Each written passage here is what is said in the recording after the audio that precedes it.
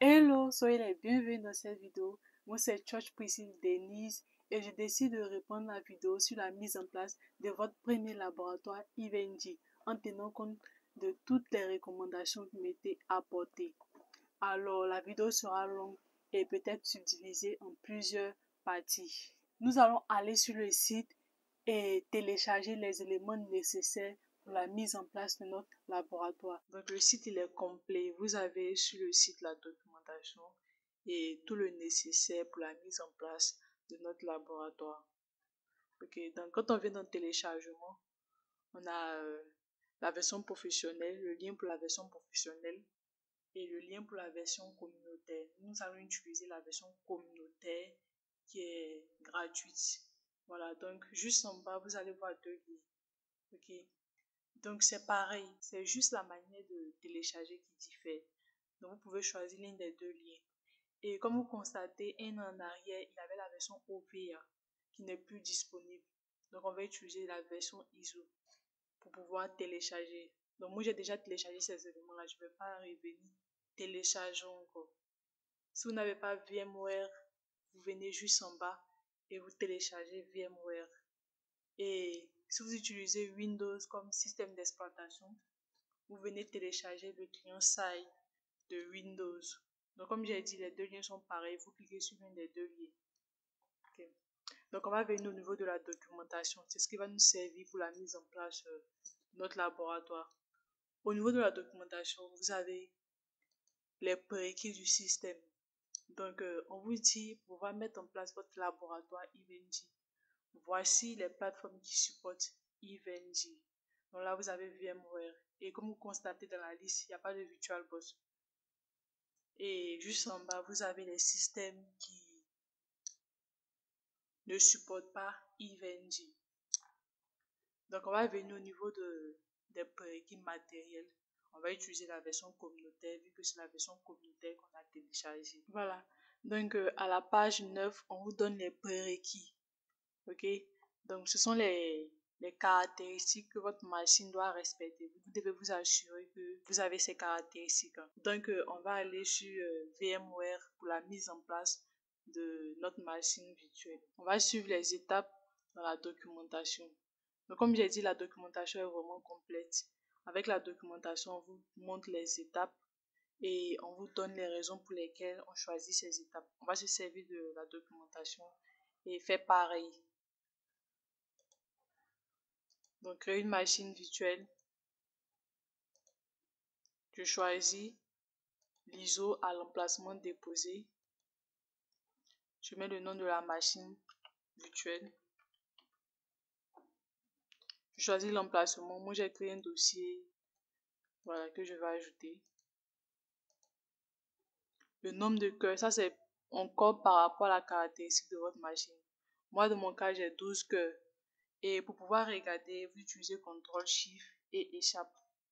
Performance, vous allez voir le nombre de cœurs logiques que vous avez et le nombre de cœurs que vous avez. Voilà, donc pour avoir plus de performance au niveau de ma machine, je vais choisir 8 cœurs et le nombre de cœurs que je vais donner à chaque, je vais mettre 1 pour avoir une bonne performance. Voilà, je vais choisir 16 Go. Je choisis NAT.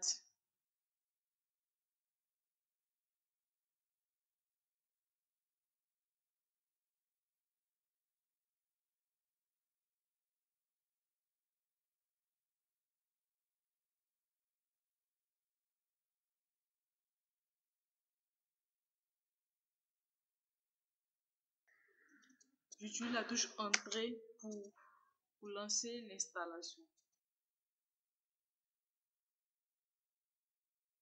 Donc la machine virtuelle va démarrer en passant par les différents processus et ça va prendre du temps. Donc on va patienter le temps que la machine démarre et que ça arrive à l'interface souhaitée.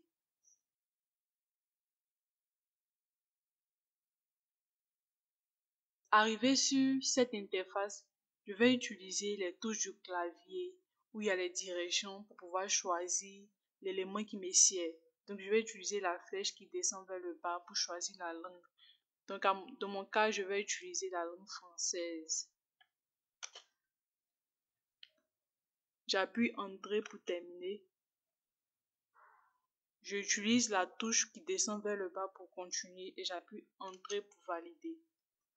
Donc ici également, on va patienter le temps à ce que ça arrive à l'interface souhaitée.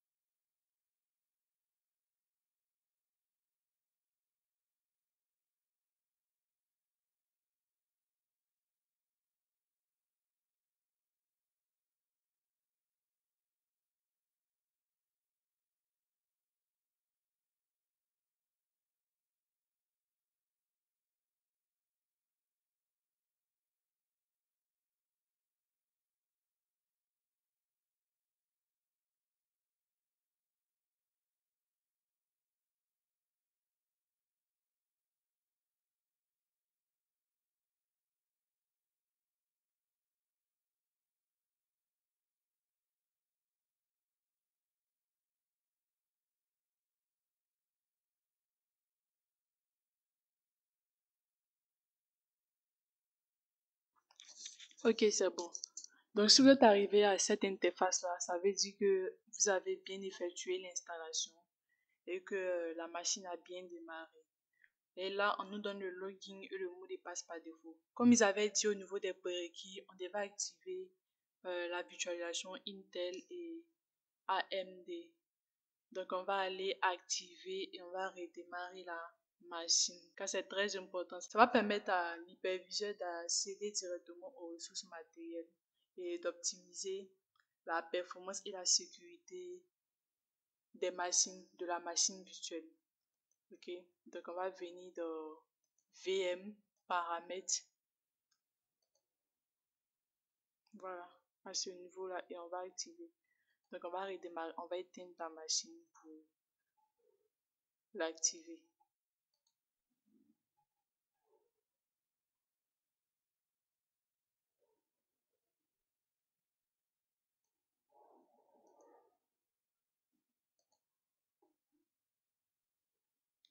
Donc on éteint la machine, on va venir dans Edit, dans Processeur et activer la virtualisation. Et on fait OK.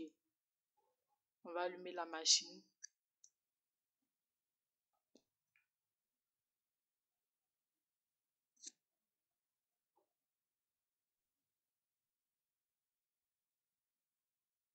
OK. Donc on va mettre le login qui est root et le mot de passe qui est L. Voilà. Donc ils vont nous redemander de modifier le mot de passe. On va laisser le mot de passe qui est par défaut. On va laisser le nom de la machine, le nom du domaine également. Et là, on nous demande de choisir par DHCP ou vous souhaitez mettre une adresse IP de façon statique. Voilà, moi, je ne vais pas mettre une adresse IP de façon statique, donc je vais utiliser par DHCP. Donc, si vous avez une adresse IP que vous voulez mettre en place votre réseau, vous pouvez choisir l'option statique et mettre en place votre réseau. Donc, je vais suivre les étapes. Et là, on demande comment je vais me connecter par Internet.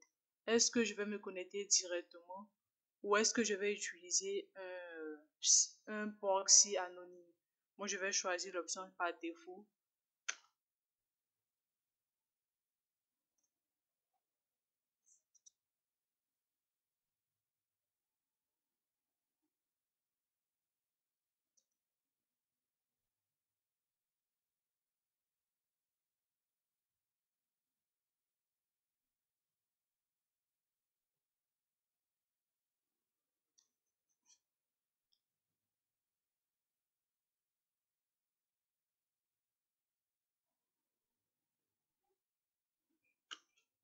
Ok, c'est bon. Donc, on va mettre le login qui est root et le mot de passe qui est F.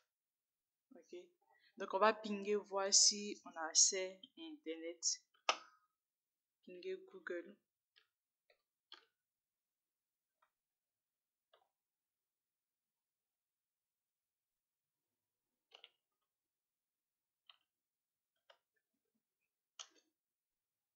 Ok, les ping passent. Donc, j'ai utilisé CTRL-C pour arrêter. Donc, vu que les pings passent, on va utiliser cette adresse-là qui va nous permettre d'accéder, on va utiliser cette adresse à la mettre dans un navigateur. C'est ce qui va nous permettre d'accéder à l'environnement Eventy. Donc, voici l'adresse qui est juste. Attends, je vais copier l'adresse parce que ma souris ne me permet pas de sélectionner l'adresse. Donc, je vais copier l'adresse navigateur.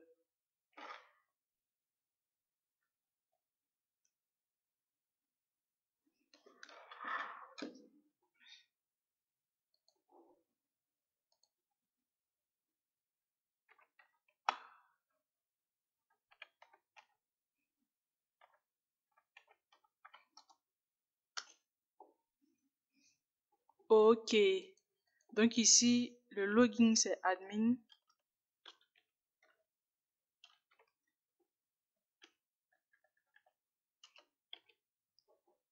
Et le mot de passe c'est Eve. Voilà. Donc ici, vous avez votre environnement, là où vous pouvez mettre en place votre architecture et configurer votre machine. Donc on va mettre un nom. Lab.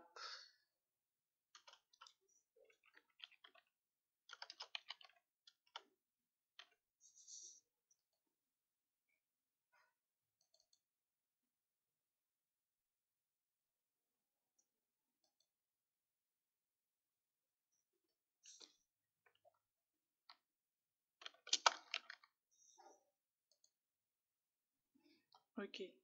Donc quand vous venez ici, vous avez les différents, vous avez différents onglets. Donc ici, vous avez la possibilité d'ajouter des nœuds. Donc les nœuds, ce sont le matériel que vous allez ajouter. Bon, ce sont les équipements réseau que vous pouvez ajouter. Équipements réseau. Donc comme vous remarquez, c'est grisé. Et ce n'est que la machine qui n'est pas grisée. Donc vous avez la possibilité d'ajouter une machine. Ok, donc pour mettre en place un réseau, vu qu'on a besoin des équipements réseau, on va importer ces équipements réseau là dans Eve. Voilà. Donc pour pouvoir les importer dans la documentation encore, au niveau de la page, je descends. Je pense que c'est ça. Hein. La documentation est vraiment riche quoi. Voilà. On dit image for event. Donc dans la documentation, pour pouvoir importer une image dans Eve, vous avez deux logiciels. Vous avez WinCP et FileZilla. Donc nous, on va utiliser WinCP. Voilà, donc vous avez le lien direct pour télécharger. Vous venez, vous cliquez et vous ouvrez. Donc moi, j'ai déjà téléchargé le nécessaire. Je ne vais pas télécharger encore. Je vais juste venir installer WinCP ainsi que le client site que j'ai téléchargé. WinCP, je vais l'installer et le client site.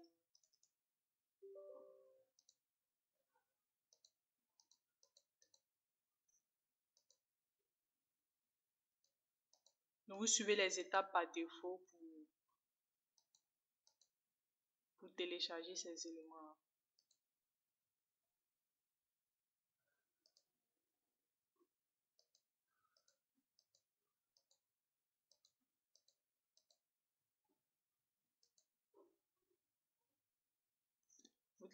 Vous installez également WinCP.